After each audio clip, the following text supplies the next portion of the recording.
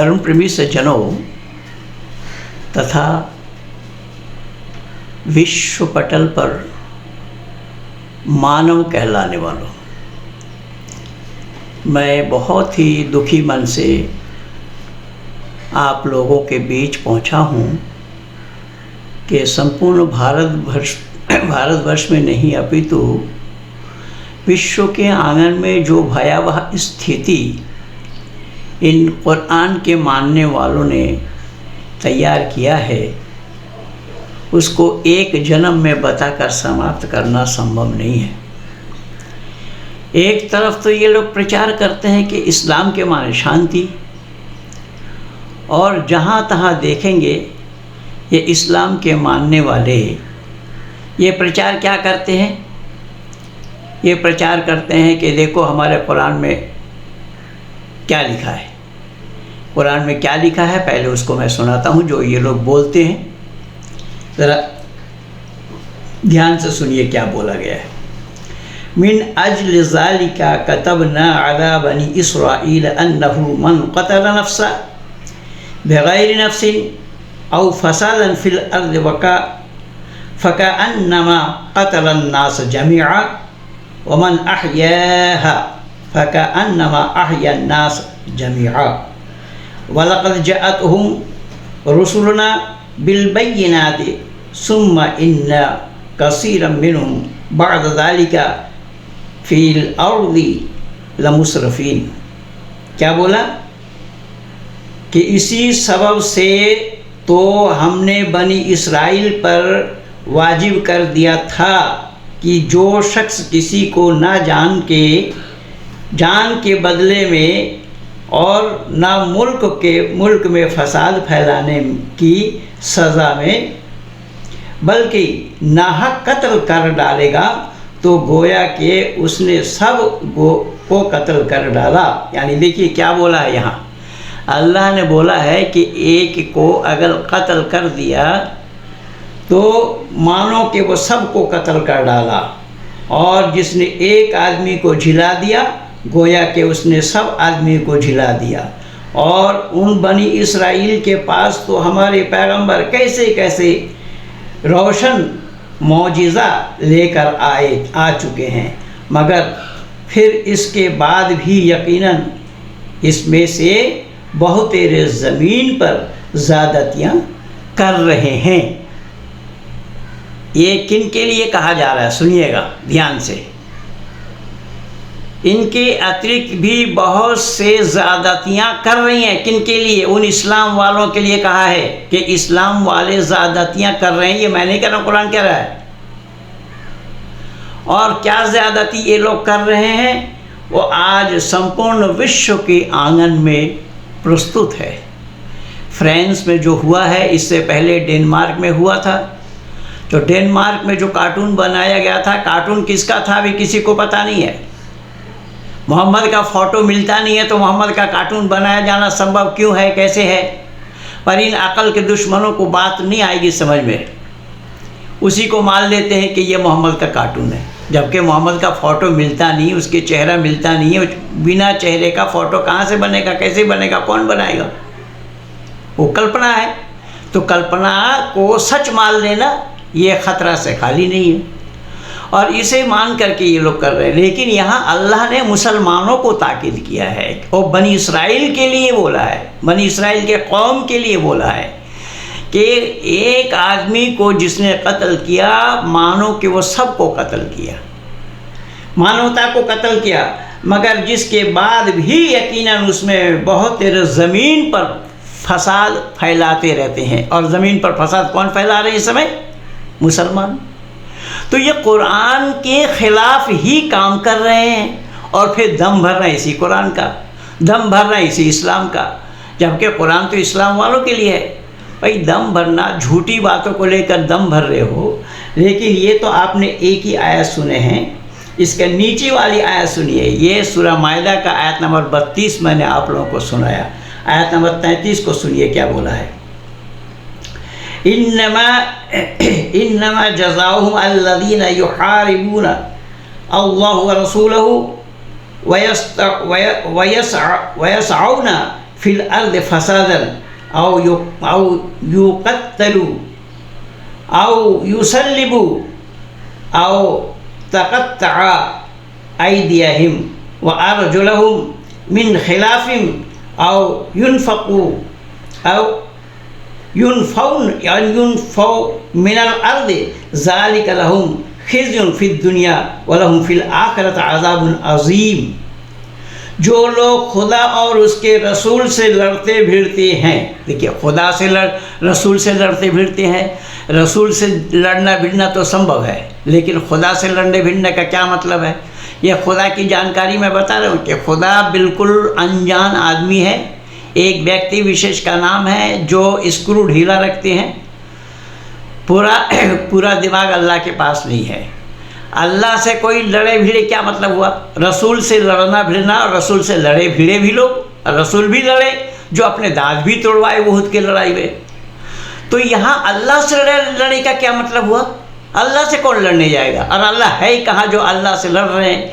अब अल्लाह का कादिर मुतलक बताया जाता है। अल्लाह जो चाहता है वही होता है कि अल्लाह उसके लड़ने से पहले अल्लाह उसको तबाह नहीं कर देंगे। इसका मतलब ये हुआ कि अल्लाह की बातों में अंदेशा है, झूठ प्रतीत होता है। अल्लाह अपने आप में झूठे हैं। अब यहाँ जो अल्लाह से लड़े और अहकाम को नहीं मानते, जो फसाद फैलाने की गरज से मुल्कों दौड़ते फिरते हैं।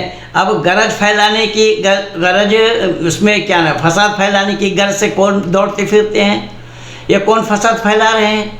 अल्लाह के बंदे, जिनको अल्लाह का बंदा कहा जा रहा है। केवल इतना ही, उनको सज़ा बस यही है कि चुन चुन करके या उनको तो मार डाला जाए या उन्हें सूली दे दिया जाए। उनके हाथ पाँव हेर फेर में, यानी दाहिना हाथ काटो तो बायां पाँव काटो, हेर फेर में करके तर्क कर दो, हाथ दूसरे तरफ की पाँव की दूसरी तरफ काट डालो। उन्हें अपने वतन की सरजमीन से बाहर कर दिया जाए।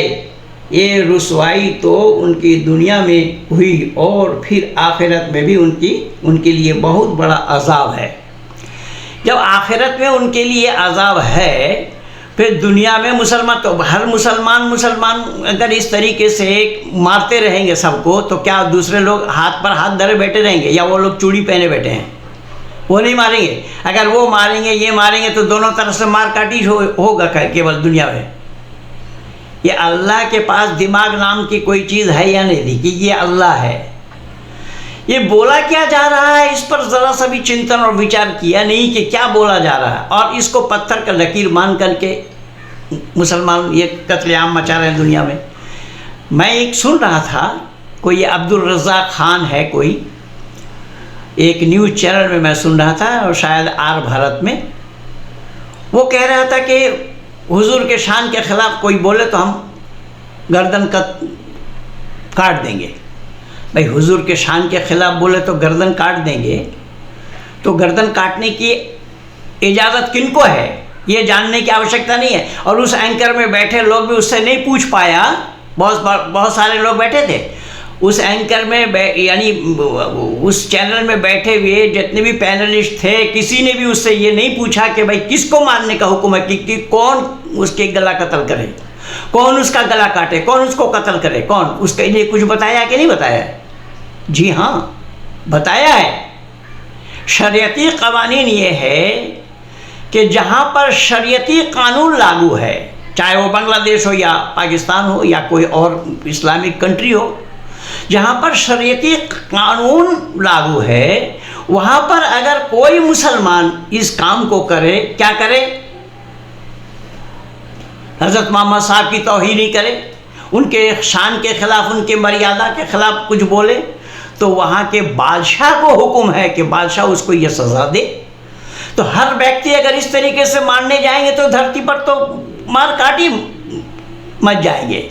एक दूसरे को मारने, जो जिसको मौका मिलेगा वो उसको मारेंगे। तो धरती पर कोई कानून नाम की कोई चीज़ है या नहीं है?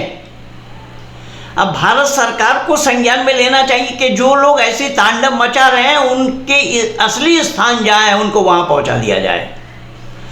भारत सरकार को संज्ञान में लेना चाहिए। और विशेष करके ये दकियानूसी वाला इस्लाम, मैं तो बोला इस्लाम एक कैंसर है, कैंसर है। इस्लाम जगत को मैंने तो चुनौती दिया हूँ कि कुरान को कोई कलामुल्लाह सिद्ध करके दिखाए। कुरान को कलामुल्लाह सिद्ध करना संभव नहीं है, ये जितना भी डिंग क्यों नहा के। अब तो सामने आने के लिए भी कोई तैयार नहीं है। कल सुदर्शन न्यूज चैनल ने सुरेश चौहान KG ने भी बोला था कि लव जिहाद के ऊपर हम कार्यक्रम करने जा रहे हैं, पंडित महेंद्र पाल जी वहाँ पर उपस्थित हो रहे हैं, आओ। कोई मुसलमान का दर्शन नहीं हुआ। वो आसाम से एक जुड़ा था और कोई शिया थे, और शिया कोई मुसलमानों ने, सुन्नियों ने शिया को इस्लाम मुसलमान नहीं माना। खैर, तो मैं निवेदन कर रहा हूँ, अब तो महेंद्र पाल का मुकाबला सामना करने के लिए कोई आने के लिए तैयार नहीं है। इसका मतलब ये हुआ कि इन सब लोगों को पता चल चुका है कि धराशायी होना पड़ेगा। कुरान कलामुल्लाह नहीं है, कुरान को कलामुल्लाह सिद्ध किया जाना संभव नहीं है।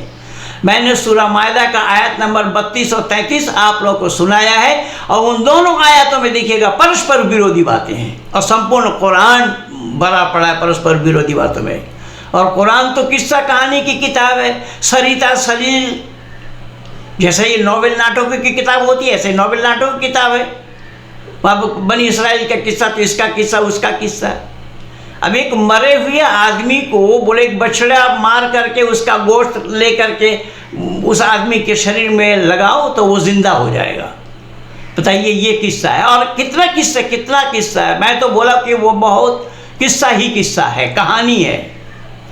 और उसी के नाम से ही ये दूसरा सूरा का सूरा बकरा जो नाम पड़ा, दूसरे लोग बकरा बकरा बोल रहे हैं। जिन लोगों को आता पता कुछ है नहीं, बकरा नाम नहीं है, कहीं भी बकरा नहीं पाएंगे। अगर कोई लिखा है तो लिखने वालों की गलती है। बकरतुन शब्द आया है, बकरतुन के माने होता है बैल, और बकरतुन के माने होता है गाय। यानी अल्लाह के पास ये भी अकल नहीं है कि गाय कौन है और बैल कौन है। अल्लाह के पास ये पता भी नहीं है। अब इससे अंदाज़ा लगा लीजिए इस कुरान के, संपूर्ण कुरान की दशा क्या होगी। इसलिए तो मैं बना रहा हूँ, मैं 2 टुक में चुनौती दिया हूँ, खुला चुनौती है, आओ सामने आओ मुकाबला करने के लिए। और मैं ही क्या, हमारे शिष्य मंडली भी खुल करके दावत दे रहे हैं, आओ जिसको आना हो सामने आओ। सामने बैठ करके हम डिबेट करेंगे, दूध का दूध और पानी का पानी हो जाएगा। ईश्वरीय ज्ञान क्या है? ईश्वरीय ज्ञान वेद है या ईश्वरीय ज्ञान कुरान है? आज तो कुछ ऐसे मन चले लोग हैं जिनके पास जवाब है नहीं, वो गाली गलौज पर उतर आते हैं, गाली गलौज दे रहे हैं। कुरान में, संपूर्ण कुरान में यही किस्सा और कहानी की किताब है। इसीलिए मैं केवल एकदम जड़ में हाथ डाल रखा हूं कि कुरान को कलामुल्लाह सिद्ध करके दिखाओ, फिर आगे बात बढ़ेगी। कुरान को कलामुल्लाह सिद्ध किया जाना संभव नहीं है। तो मैंने केवल 2 टुक में ये बताना उचित समझा कि फ्रांस में अगर किसी ने कार्टून बनाया है तो उसमें भारत का नुकसान क्यों किया जा रहा है, भारत को अस्थिर क्यों किया जा रहा है। और प्रांतीय सरकार को भी संज्ञान में लेना चाहिए। योगी सरकार भी चुप बैठे हैं और उद्धव सरकार भी चुप बैठे हैं, और कहीं कहीं हुआ है। क्यों कर रहे हैं? और हिंदुओं को, उद्धव सरकार तो हिंदुओं को मार रहे हैं, सन्यासियों को मार रहे हैं, या पुलिस से मरवा रहे हैं। ये क्या हो रहा है?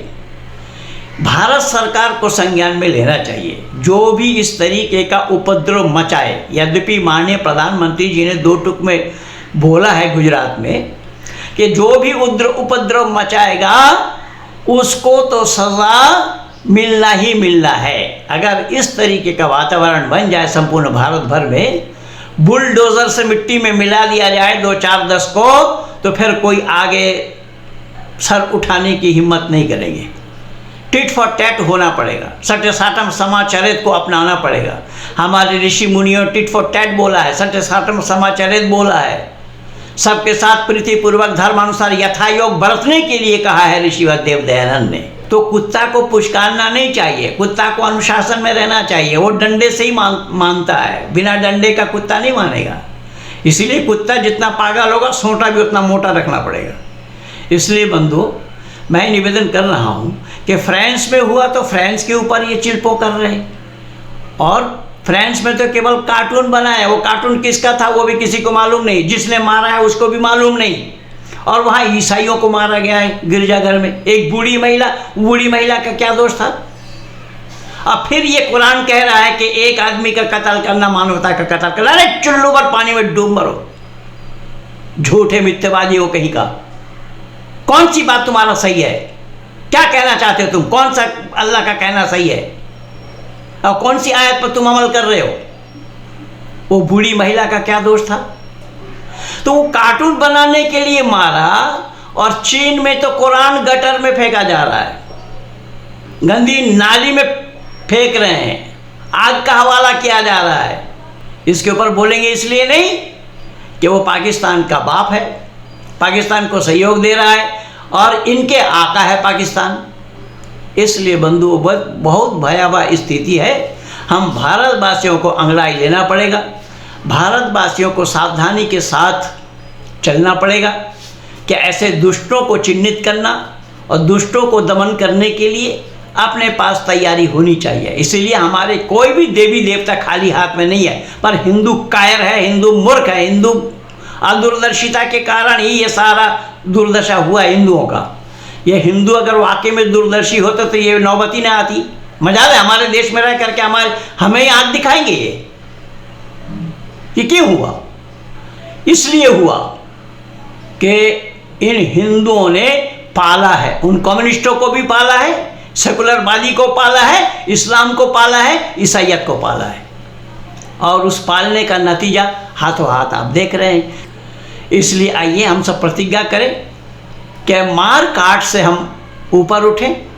हम मानव हैं, मानव का काम मार काट का नहीं है, मानव का काम विवेक और बुद्धि का है। विवेक और बुद्धि से अगर हम काम नहीं लेंगे तो हम मानव कहलाने के हकदार नहीं बनेंगे। और इन पर विवेक और बुद्धि पे ताला डालने के लिए कहा है, क्योंकि तुम मुसलमान हो, विवेक और बुद्धि पर ताला डालो। कोई विवेक और बुद्धि वाली बात कुरान में है नहीं। संपूर्ण कुरान में ताला डाल करके ही काम किया जाएगा। कुल्लु मा जाअ बिही रसूलुम मिन इंदिल्लाह बताया गया है। ज़ालिकल किताबु ला रैब फ़ीह कह दिया, कोई शक व शुबा की गुंजाइश नहीं इस किताब के अंदर। अरे किताब के अंदर शक शुबा क्यों नहीं है? छोटी दूध मुही बच्चा, नवजात शिशु बोल रहा है। ईसा बोला अपने जन्म लेकर के कि मेरी माँ सती है। जन्म नवजात शिशु बोल सकता है? ये सच है या झूठ है? अब इसको आंख बंद करके मानना पड़ेगा, ये पत्थर की लकीर मानते हैं। ऐसा ही यूसुफ के काल में भी हुआ था। यूसुफ और ज़ुलेखा वाले किस्सा में मैं परसों बताया भी था कि वहाँ पर भी छोटा दूध में ही बच्चा बोला। तो ये सृष्टि नियम विरुद्ध नहीं है क्या? अल्लाह जानता है सृष्टि नियम होता क्या है, और उसमें अनेक कहानी है, अनेक कहानी है। उस यूसुफ के किस्सा जो 111 आयतें हैं, और संपूर्ण किस्सा को आप पढ़ेंगे तो आप हंसते हंसते लोटपोट हो जाएंगे कि बोला क्या जा रहा है, लिखा क्या जा रहा है, बताया क्या जा रहा है। अब पढ़ने वालों ने भी कभी दिमाग पर जोर लगा करके विचार नहीं किया कि ये बात का सच होना संभव है या नहीं है। आँख बंद करके मानना पड़ेगा। इसलिए इस्लाम के माने सरेंडर टू अल्लाह। इस्लाम के माने शांति वांति नहीं है, शांति तो जानता ही नहीं है। अगर शांति होता तो ये इस तरीके से वातावरण बनाते, इस तरीके का काम करते। ये बिल्कुल बेकार और फजूल की बातें। इसीलिए हम भारतवासियों को एकजुटता दिखानी होगी। हम सबको तत्परता के साथ भारत सरकार से भी गुहार लगाना होगा कि इस पर संज्ञान लेते हुए इस पर शिकंजा कसें। इन्हीं शब्दों के साथ आप सभी धर्मप्रेमी सज्जनवृंदों को नमस्ते के साथ मैं अपने को विराम दे रहा हूँ। कहिए भारत माता की जय।